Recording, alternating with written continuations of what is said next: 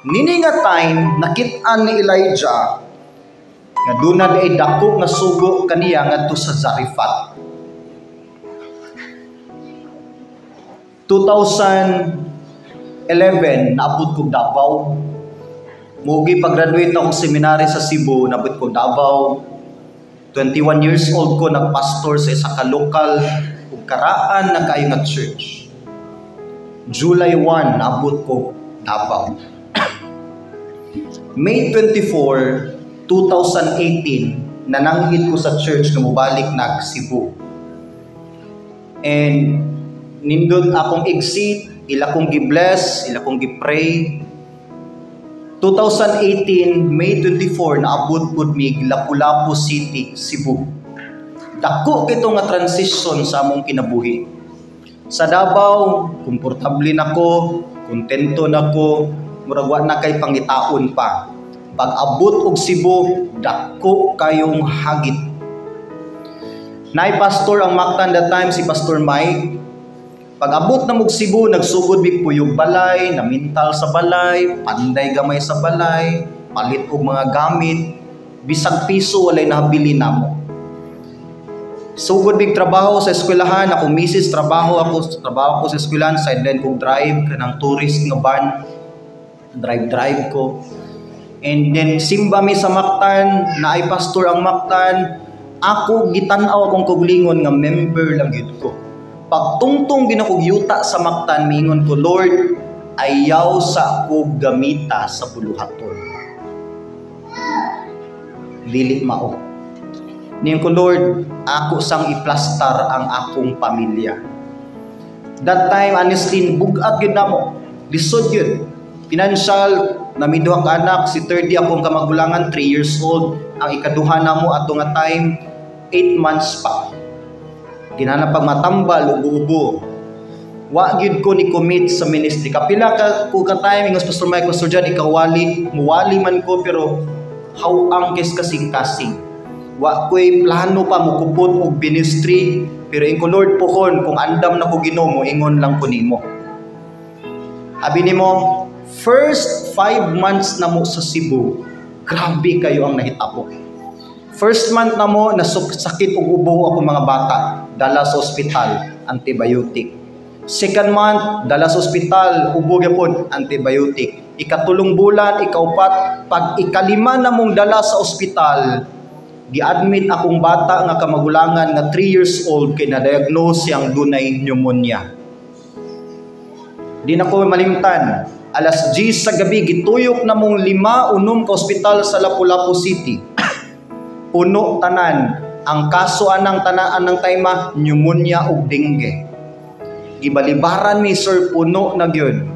Try news Mandawi o sa Cebu. Alas 12 sa tungang gabi, last nga ospital sa Lapu-Lapu ang giduulan. Niingon ang doktor, nako ug ni Kati, Sir, nganong karon pa man ninyo gidaning inyong anak og ospital? Wa ko'y tingog-tingog. Ginebulizer nila, gipahanginan nila katulo. Ingon ang doktor, sukad gyud, mao to'y pinakasakit ug pinakahadlok nga words nga akong nadungog sukad sa akong kinabuhi. Mga amahan, inahan, makarelate mo ani. Nagbitbit ko sa akong anak, gipasuhan, nagsighingos, nagsigilog siyang ginhawa. Mingon ang doktor, Sir, ako ning pasuhan katulo para lang makaabot ni imong anak sa sunod pa nga hospital.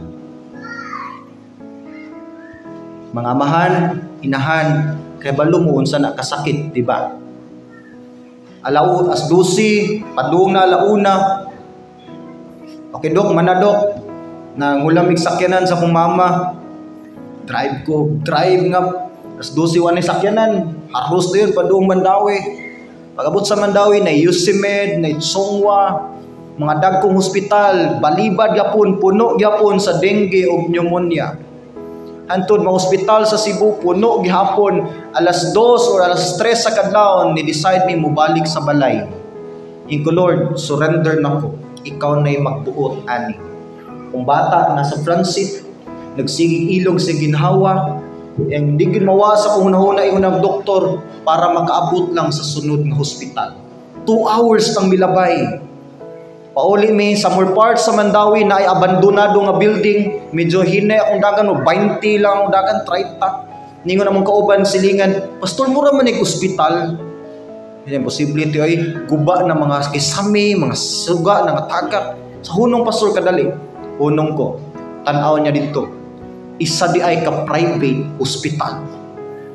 Ay, ma'am, na bakante. Dagan din among kasilingan, pastor, na bakante isa ka kwarto. Dali. Walay tarong-tarong parking. Diso dagan na yun. Abot na ko. Na-admit akong bata. Sa wala na mo damha, pila lang ka seconds na niabot laing pasyente na mo. Pasabot kung naglangay-langay ko adto, wala na punto siya. Gidaligin ako, na-admit akong bata sa ospital, 5 may kaadlaw sa ospital. Pag abot sa hospital, akong bata, gidextrose, daghag tubo niya, daghag tambal, halos dili nakatingog, mag-apas sa gininhawa, pero sulod sa kwarto sa hospital, sultihan tamo, nahimo na ako tong prayer room for 5 days. Wala ko'y laing gipray. Ingon ko, Lord, ayuha lang akong bata. Balik ko Ginoo sa ministry. That time, mura kong si Elijah, nagipahawa ko sa Ginoo sa akong comfort zone. Iya gitayog ang akong pagtuo nga gamiton lagi tika ay kung tagaig kinaiya nga wa kay salig or asa nimong passion sa ministry, ako'y bahala sa iyong pamilya, sugot lang sa akong tawag nimo. After 5 days, ningon ang doktor, sir, pwede na mo gawas. 24,000 ang bill sa hospital, bisag 100 pesos, wala yun mi. Taod-taod, kuyog yung Ginoo na nitawag, yung isa pastor, kami bahala sa bayronon. Ni-exit mi sa ospital, wa mi gibayran, balik mi sa balay, nag-medicate mi, padayon ni 30. After 2 days, niabot si Pastor Mike sa balay. Kabalo kaon sa ito yung Pastor Mike, ingon sa Pastor John, kinahanglan ko mo balhin og lain nga ministry. Ikaw ang akong ipuli sa Mactan. That night, nasabtan ako ang tawag sa Ginoo nako. Human ko gikuso-kuso sa akong comfort zone. Human ko mi hands up og Lord, willing na ko magamit sa buluhaton. Pag uli gid na mo balay, niabot dayon ang buluhaton sa Ginoo. Usahay padad-an ka sa ginugdag ko kayong mga unos.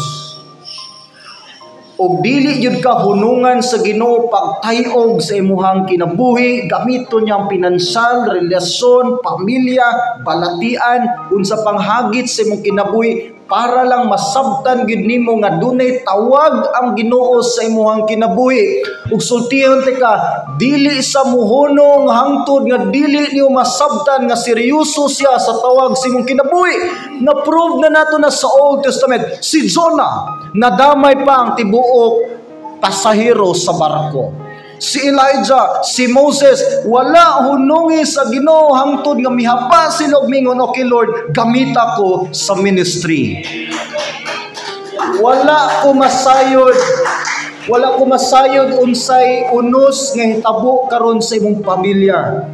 Unsay problema nga nagakuso-kuso karon sa imong kinabuhi, usa lang ang akong nasabtan, dunagi mensahe ang Ginoo diha ug ludhi sa makausa. Lord, basin duna kay tawag sa akong kinabuhi. Basin Lord, gusto nimo mo support ko sa ministry, muhatag og time sa ministry, mo support ko ni pastor, muhatag ko Lord og sacrifices sa buluhaton sa Ginoo sa mission Lord. Basin gitawag ko nimo pagka missionary, pagka pastor, pagka evangelist, muwin sa akong loved ones Lord og may example ang akong kinabuhi ug hangtod nga dili ka mohimog desisyon, dili gyud mo hunong ang Ginoo pagpildi sa imuhang garbo.